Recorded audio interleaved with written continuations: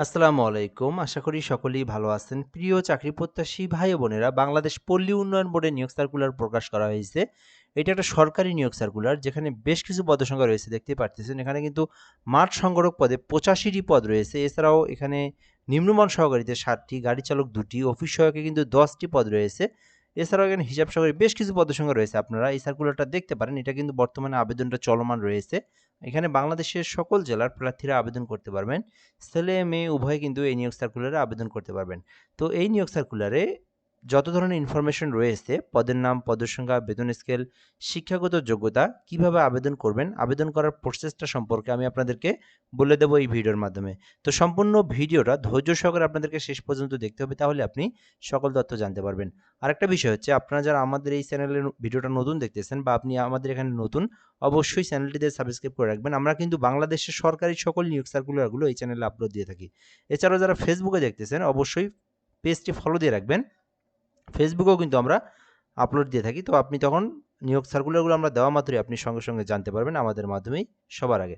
বাংলাদেশ পল্লী উন্নয়ন board BRDB এর আওতাধীন ফরিদপুর, মাদারীপুর, রাজবাড়ী, গোপালগঞ্জ ও শরীয়তপুর জেলার পরিচালিত উৎপাদনমুখী কর্মসংস্থান কর্মসূচি PEP BRDB ফরিদপুরের অধীনে নিম্নবর্ণিত পদসমূহে অস্থায়ী ভিত্তিতে সরাসরি নিয়োগের জন্য বাংলাদেশের প্রকৃত স্থায়ী নাগরিকদের নিকট থেকে আবেদনের জন্য আহ্বান করা যাচ্ছে। অর্থাৎ এই যে নিয়োগ সার্কুলারটা রয়েছে, এটা কিন্তু ফরিদপুর, মাদারীপুর, রাজবাড়ী, গোপালগঞ্জ, শরীয়তপুর এই জেলাগুলোয় পরিচালিত হয়ে থাকে এবং এটাতে কিন্তু বাংলাদেশের সকল জেলার প্রার্থীরা আবেদন করতে পারবেন, সেই বিষয়টা বলা হয়েছে। এটা কিন্তু শুধুমাত্র কোনো জেলা নির্দিষ্ট না, বাংলাদেশের প্রকৃত স্থায়ী যে কোনো নাগরিক আবেদন করতে পারবেন। ছেলে মেয়ে উভয়ে এই নিয়োগ সার্কুলারে আবেদন করতে পারবেন। সো আশা করি আপনারা এই বিষয়টা সম্পর্কে অবগত হয়েছেন। এরপরে যে বিষয়টা দেখব, ১ নম্বরে রয়েছে পদের নাম হিসাব সহকারী। ৫টি পদ রয়েছে ১৩ গ্রেডের। এই ক্ষেত্রে শিক্ষাগত যোগ্যতা চাওয়া হয়েছে দুটি দ্বিতীয় বিভাগ সহ বিকম পাস যারা করেছেন এবং যাদের কম্পিউটার সম্পর্কে বেসিক নলেজ জানা রয়েছে আবেদন করতে পারবেন। মাঠ সংগঠক, যেখানে ৮৫টি পদ রয়েছে, শুধুমাত্র স্নাতক ডিগ্রি। অর্থাৎ এই বিশাল নিয়োগ সার্কুলার যেটা ১৪ গ্রেডে নিয়োগ দেওয়া হবে, মাঠ সংগঠক ১৪ গ্রেড ৮৫টি পদ রয়েছে। অর্থাৎ বিশাল বড় পদের সংখ্যা কিন্তু বলা যায়। ৮৫টি পদ রয়েছে, যেখানে বলা হয়েছে জাস্ট স্নাতক পাস এবং ডিগ্রি। অর্থাৎ আপনারা যারা অনার্স পাস করেছেন অথবা ডিগ্রি পাস করেছেন তাহলে আবেদন করতে পারবেন। আর এখানে কোনো অভিজ্ঞতারই প্রয়োজন নেই, শুধুমাত্র অনার্স পাসে আবেদন করতে পারবেন, আবার ডিগ্রি পাস করলে মাঠ সংগঠক পদে আবেদন করতে পারবেন। সো আশা করি আপনারা এটা সম্পর্কে ক্লিয়ার। ৩ নম্বরে রয়েছে নিম্নমান সহকারী কাম মুদ্রাক্ষরিক LDA, যেখানে মোট ৭টি পদ রয়েছে ১৬ গ্রেডের। শিক্ষাগত যোগ্যতা চাওয়া হয়েছে কমপক্ষে HSC পাস। অর্থাৎ আপনি HSC পাস থাকলে আবেদন করতে পারবেন এবং এখানে অবশ্যই ওয়ার্ড, এক্সেল, পাওয়ার পয়েন্ট সম্পর্কে বেসিক নলেজগুলো আপনার জানা থাকতে হবে। গাড়ি চালক ২টি পদ রয়েছে। বৈধ ড্রাইভিং লাইসেন্স থাকলে আপনি গাড়ি চালকে আবেদন করতে পারবেন। অফিস সহায়ক রয়েছে, যেখানে কিন্তু ১০টি পদ রয়েছে। শুধুমাত্র অষ্টম শ্রেণী পাস থাকলেই অফিস সহায়কে আবেদন করতে পারবেন। ক্লিনার রয়েছে, যেখানে একটি পদ রয়েছে। জাস্ট অষ্টম শ্রেণী থাকলেই আপনারা ক্লিনারে আবেদন করতে পারবেন। তো আপনার শিক্ষাগত যোগ্যতা অনুযায়ী আপনি যে পদে ইচ্ছুক আবেদন করতে পারবেন। আচ্ছা, পরবর্তী যে বিষয়টা হচ্ছে, এখানে একটা বিষয় বলে রাখি, এই নিয়োগ সার্কুলারটা কিন্তু অনলাইনে আবেদন না, এটা হচ্ছে অফলাইনে আবেদন। অর্থাৎ এটা কুরিয়ারে অথবা ডাকযোগে যে আমরা তথ্যগুলো পাঠাই সেই প্রসেসে আবেদনটা করতে হবে। তো বিষয়টা দেখবেন, আমি আপনাদেরকে বিষয়গুলো বলে দিচ্ছি।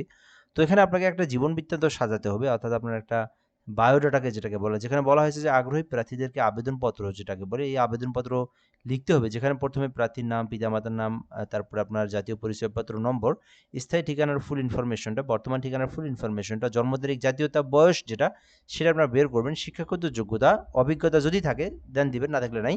MRICR pay order, bank draft, অর্থাৎ আপনারা যারা আবেদন করবেন, যে পদে আবেদন করবেন সেই সমতুল্য একটা ব্যাংক থেকে চেক নিতে হবে, ব্যাংক ড্রাফট নিতে হবে। সেটার কিন্তু ব্যাংকের তারিখ নাম সহ চেকটা কিন্তু এখানে অ্যাড করতে হবে। এছাড়াও মোবাইল নাম্বার ইত্যাদি উল্লেখপূর্বক এখানে নির্বাহী পরিচালক উৎপাদনমুখী কর্মসংস্থান কর্মসূচি PEP সদর দপ্তর ফরিদপুর বরাবর আবেদন করতে হবে।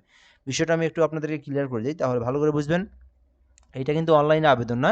প্রথমে আপনাদেরকে সাদা কাগজে একটা আবেদনপত্র লিখতে হবে। এটা আপনারা গুগলে সার্চ করবেন। গুগলে সার্চ করে যদি বলেন যে আবেদনপত্র, তাহলে আপনারা হাজার হাজার আবেদনপত্র পাবেন। ওইটা অনুযায়ী লিখবেন। জাস্ট শুধুমাত্র আপনি সবকিছু সাজাবেন। সাজানোর পরে আপনি এই যে এনার নামে পাঠিয়ে দিবেন, নির্বাহী পরিচালক উৎপাদনমুখী কর্মসংস্থান কর্মসূচি PEP সদর দপ্তর ফরিদপুর, এই ঠিকানা এই বরাবর আপনারা আবেদনটা করবেন। ঠিক আছে? আবেদনপত্র লিখবেন বরাবর এই যে এইটার এনার নামে এই ঠিকানায় লিখে আপনারা পাঠাবেন। ঠিক আছে? এটা হচ্ছে একটা বিষয়। এখন এই যে সকল কিছু বুঝলে আপনারা এই MRC এর পি অর্ডারটা বুঝতে পারতেছেন না। এটা বলে দেই, এটা একটু পরে বুঝবেন আপনারা। অর্থাৎ আপনারা যখন আবেদন করবেন, আবেদন করার পর এর মধ্যে কিন্তু একটা কাজ করতে হবে। এখানে কেউ যদি ১ থেকে ৪ নাম্বারের মধ্যে আবেদন করে থাকেন, তাকে কিন্তু ৳১০০ এবং কেউ যদি ৫ থেকে ৬ নাম্বারের মধ্যে আবেদন করেন, তাকে ৳৫০ পে অর্ডার করতে হবে। এই পে অর্ডারটা কিভাবে করবেন? আপনারা যারা নিজ, নিজ যে এলাকায় থাকেন না কেন, আপনার বাংলাদেশের যেকোনো ব্যাংকে যাবেন। কোন ব্যাংকে? সরকারি ব্যাংকের আওতাধীন যে ব্যাংকগুলো রয়েছে, যেমন সোনালী ব্যাংক, রূপালী ব্যাংক, পূবালী ব্যাংক, জনতা ব্যাংক, অগ্রণী ব্যাংক। এইরকম সরকারি ব্যাংকের আওতাধীন শাখার যেকোনো ব্যাংক, বাংলাদেশ ব্যাংকের আওতাধীন যেকোনো সরকারি ব্যাংকে যাবেন। যাওয়ার পরে এই ঠিকানা, এই যে এনার এই নির্বাহী পরিচালক উৎপাদনমুখী কর্মসংস্থান পিইপি সদর দপ্তর বরাবর আপনাকে যে পদে আবেদন করবেন ৳৫০ এটাতে আবেদন করলে ৫ থেকে ৬ এর মধ্যে আবেদন করলে শুধু একটা ৳৫০ একটা ফর্ম নিয়ে পূরণ করবেন। ৳৫০ দিবেন, আপনাকে একটা পে অর্ডার দিবে। আর এটাতে আবেদন করলে ৳১০০ আপনারা দিবেন, আপনাকে একটা পে অর্ডার দিবে। ওই পে অর্ডারের যে পে অর্ডার নাম্বার, দেন আপনার এখান থেকে ব্যাংকের নাম এবং তারিখ, এটা আপনারা এখানে লিখবেন। লিখে আপনারা ১ম এ আবেদনপত্রটা সাজাবেন। আবেদনপত্র সাজানোর পরে এখানে আরও কিছু বিষয় এড করতে হবে। অর্থাৎ আপনারা একটা খাম নিবেন, এইরকম একটা খাম লাগবে আপনাদের। এই খামটা কিনবেন। মাটিয়া কালারের একটা খাম পাওয়া যায়, সুন্দর শক্ত। তো ওইটা নিবেন। এর মধ্যে আপনারা আবেদনপত্র ১ম এ এক জায়গায় করলেন। এরপরে আপনার ৩ টা ছবি লাগবে। এরপরে সকল শিক্ষাগত যোগ্যতার ফটোকপিগুলো করে নিবেন। যেমন এসএসসি, এইচএসসি যেগুলো যে পর্যন্ত আবেদন করবেন সেই শিক্ষাগত যোগ্যতার ফটোকপি এবং কম্পিউটার জ্ঞান সংক্রান্ত যদি আপনি যেটাতে আবেদন করে থাকেন তাহলে কম্পিউটারের অভিজ্ঞতার একটা সনদপত্র। আ এরপরে রয়েছে আ এরপরে রয়েছে জাতীয় পরিচয়পত্রের ফটোকপি। আচ্ছা, এখানে ইউনিয়ন পরিষদ থেকে আপনার সিটি কর্পোরেশন বরাবর ইউনিয়ন পরিষদ থেকে হলে আপনার একটা কি সনদপত্র চারিত্রিক। এরপরে জাতীয় পরিচয়পত্রের ফটোকপি, নিজ ঠিকানা সম্বলিত ৳১০ ডাক টিকিট। এটা আপনারা পোস্ট অফিসে পাবেন। যখন আপনারা পোস্ট অফিসের মাধ্যমে যদি কেউ পাঠান, পোস্ট অফিসে ৳১০ দিলে একটা পাবেন। তো এই সকল তথ্যগুলো মানে ডকুমেন্টগুলো, কাগজগুলো এক জায়গায় করে পিন মেরে একপাশে পিন মারে আপনারা ভাঁজ দিয়ে এই খামের মধ্যে ভরায় দিবেন। দেওয়ার পরে ৳১০ ডাক টিকিটটা ওর মধ্যে দিবেন। এরপরে ব্যাংক ড্রাফটের যে পে অর্ডারটা ওইটাও কিন্তু আপনারা এর মধ্যে রাখবেন। রাখার পরে আপনারা এখানে এক কাজ করবেন, সেটা হচ্ছে মাঝখান দিয়ে এখানে ১ম এ পদের নাম লিখবেন। উপরে ওই খামের উপরে লিখবেন কিন্তু অবশ্যই। ওখানে আটা লাগাই দিবেন। দেওয়ার পরে এখানে উপরে পদের নাম লিখবেন। দেন এখানে মোবাইল নাম্বারটা এই জায়গায় লিখে দিতে পারেন। এরপরে এখানে প্রেরক রেখে আপনার ঠিকানাটা লিখবেন এখানে। আপনার ঠিকানাটা সুন্দরভাবে লিখবেন। প্রাপক লিখে আপনারা এইখানে প্রাপক কি লিখবেন? এই যে এইটা লিখলেই হবে। নির্বাহী পরিচালক উৎপাদনমুখী কর্মসংস্থান পিইপি সদর দপ্তর ফরিদপুর। এটা লিখলেই কিন্তু লিখে আপনারা যেকোনো বাংলাদেশের যেকোনো জায়গা থেকে পাঠান না কেন কুরিয়ারের মাধ্যমে পাঠাতে পারেন। আবার আপনারা চাইলে সবথেকে ভালো হয় পোস্ট অফিসের মাধ্যমে এই বিষয়গুলো ভালো কভার করে। তো আপনারা এই যে এখানে বলা হয় যে টিকিট ফেরত খাম অবশ্যই সংযুক্ত করতে হবে। আবেদনপত্রের সাথে প্রেরিত কোনো কাগজপত্রই ফেরতযোগ্য নয়। ত্রুটিপূর্ণ অসম্পূর্ণ যদি আবেদন করে থাকেন সেক্ষেত্রে বাতিল বলে গণ্য হবে। সো এই ছিল মূলত বিষয়। এরপরে বলা হয়েছে এখানে যে পাঠানোর পদ্ধতিটা যদি আমি আপনাদেরকে একটু বলে দেই। মৌখিক পরীক্ষা হবে, লিখিত পরীক্ষা হবে।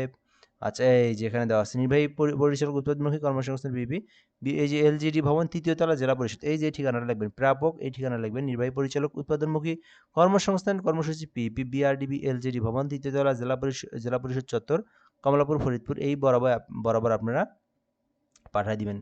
এইটা আপনার ডাকযোগেও পাঠাতে পারেন, চাইলে কুরিয়ারের মাধ্যমেও পাঠাতে পারেন, সেটা আপনার বিষয়। ঠিক আছে? অথবা নিজেরাও সরাসরি পাঠাতে পারেন আপনারা এই ঠিকানায়, তাহলে আপনার আবেদনটা সম্পূর্ণ হয়ে যাবে। সো আশা করি আপনারা বিষয় সম্পর্কে জেনেছেন। এরকম নিয়োগ সার্কুলারগুলো সুন্দরভাবে বুঝে পেতে চাইলে, সবার আগে জানতে চাইলে, সকল নিয়োগ সার্কুলার সম্পর্কে জানতে চাইলে আমাদের সঙ্গে যুক্ত থাকতে হবে। চ্যানেলটিতে সাবস্ক্রাইব করে রাখতে হবে। কোনো কিছু না বুঝলে কমেন্টে বলতে হবে। আমরা রিপ্লাই দেব সময় মতো ইনশাআল্লাহ। ভালো থাকবেন। আসসালামু আলাইকুম।